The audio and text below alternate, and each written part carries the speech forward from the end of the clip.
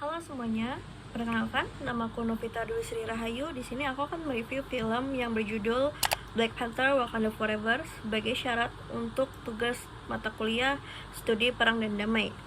Sebelum kita masuk ke pembahasan filmnya, aku akan kasih kalian sedikit intermezzo terkait studi perang dan damai. Jadi, studi perang dan damai ini merupakan suatu permasalahan yang sangat kompleks dan dinamis, yang dimana hal ini tidak terlepas dari yang namanya interaksi antar aktor dalam politik global yang semakin hari semakin kompleks.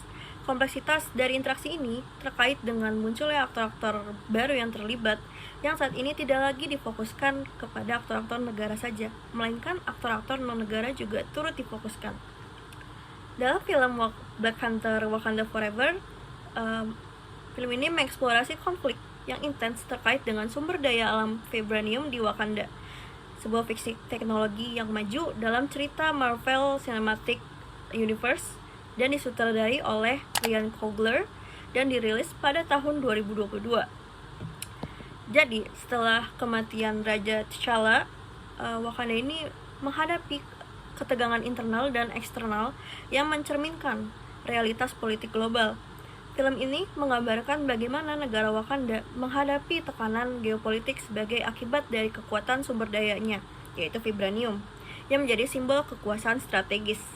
Ketegangan ini dimulai ketika dalam konferensi PBB, Etats Unis mewakili semua negara anggota yang hadir di sana mengungkapkan kekecewaannya terhadap Wakanda karena Wakanda ini gagal dalam memenuhi janjinya untuk turut serta dalam upaya global dalam mengatasi tantangan internasional, yaitu berbagai sumber daya alam dan kerjasama penuh mengenai vibranium.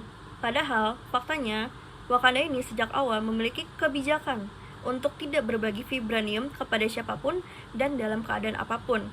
Hal ini bukan hanya karena potensi berbahaya dari vibranium saja, melainkan dari negara lain yang memiliki potensi berbahaya. Ketegangan semakin meningkat ketika bangsa bawah laut yang ada di kota Talokan yang dipimpin oleh Namor merasa terancam karena wilayah ini telah dieksploitasi oleh negara luar, sehingga muncullah konflik antar dua negara yang sesungguhnya mereka ini sama-sama punya tujuan yang sama, yaitu mempertahankan kedaulatan dan melindungi rakyatnya. Konflik yang terjadi antara Wakanda dan Talokan dapat dianalisis dengan teori realisme dalam hubungan internasional, bahwa perdamaian dapat ditemui dalam balance of power antar negara ataupun dengan adanya suatu hegemoni, di mana negara atau entitas politik bertindak secara rasional demi mempertahankan keamanan dan kepentingannya di tengah sistem internasional yang bersifat anarkis. Dalam dimensi politik, Wakanda ini ada di situasi di mana dia tidak merasakan konflik terbuka, tetapi ketegangan struktural itu tetap ada. Negara-negara demokratis barat di film ini digambarkan memiliki strategi sepihak dalam mengakses vibranium mereka, sehingga mencerminkan kritik terhadap praktik neokolonialisme modern, di mana negara-negara maju ingin memanfaatkan sumber daya negara berkembang. Hal ini mendorong eksploitasi sumber daya tanpa mempertimbangkan prinsip hak asasi manusia dan kedaulatan nasional, memperlihatkan paradoks antara nilai demokrasi dan praktik geopolitik. Membahas dimensi militer, Wakanda ini menjalankan strategi pertahanan defensif, yang dimana mereka ini tidak menyerang lebih dahulu, melainkan membangun sistem perlindungan yang kuat berbasis teknologi untuk mempertahankan kedaulatannya. Strategi ini sesuai dengan prinsip keamanan non-tradisional, di mana ancaman ini tidak hanya bersumber dari invasi militer, tetapi juga dari intervensi ekonomi, eksploitasi sumber daya, dan ketimpangan kekuasaan global.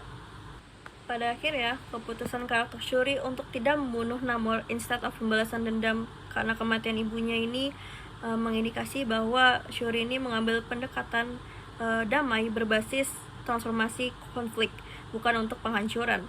Dalam hal ini, film ini mencerminkan gagasan tentang keterampilan militer untuk menjaga perdamaian, seperti yang diterapkan dalam misi pasukan perdamaian PBB dan konsep Brigade Perdamaian Internasional, yang mengedepankan perang militer bukan untuk menyerang, melainkan untuk menciptakan stabilitas. Tindakan militer yang diambil oleh Wakanda ini bersifat terukur, strategis, dan bertujuan untuk mencegah konflik yang lebih besar. Hal-hal yang mencerminkan prinsip penggunaan kekuatan secara bertanggung jawab dalam operasi kemanusiaan.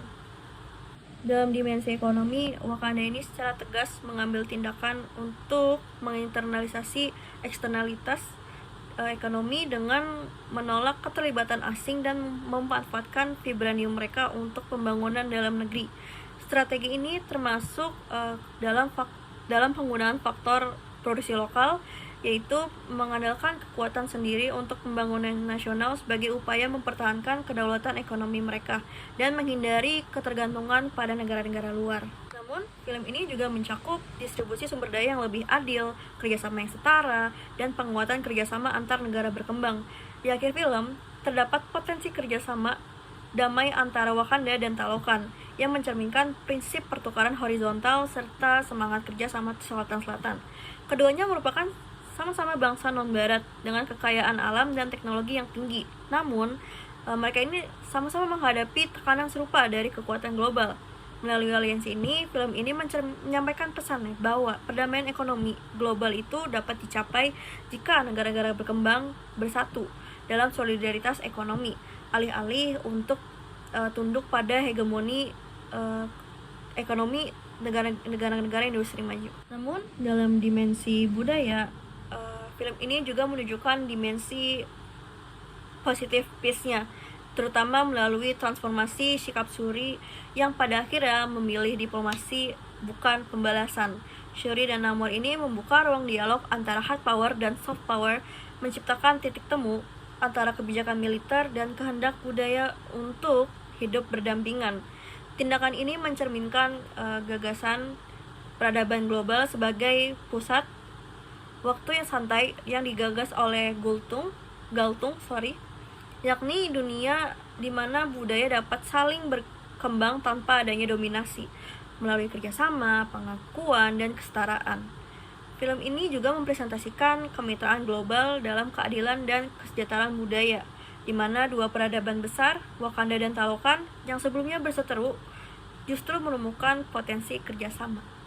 Secara keseluruhan, film Wakanda Forever ini menyuguhkan gambaran yang kompleks tentang konflik identitas, perebutan sumber daya, serta diplomasi antar entitas politik.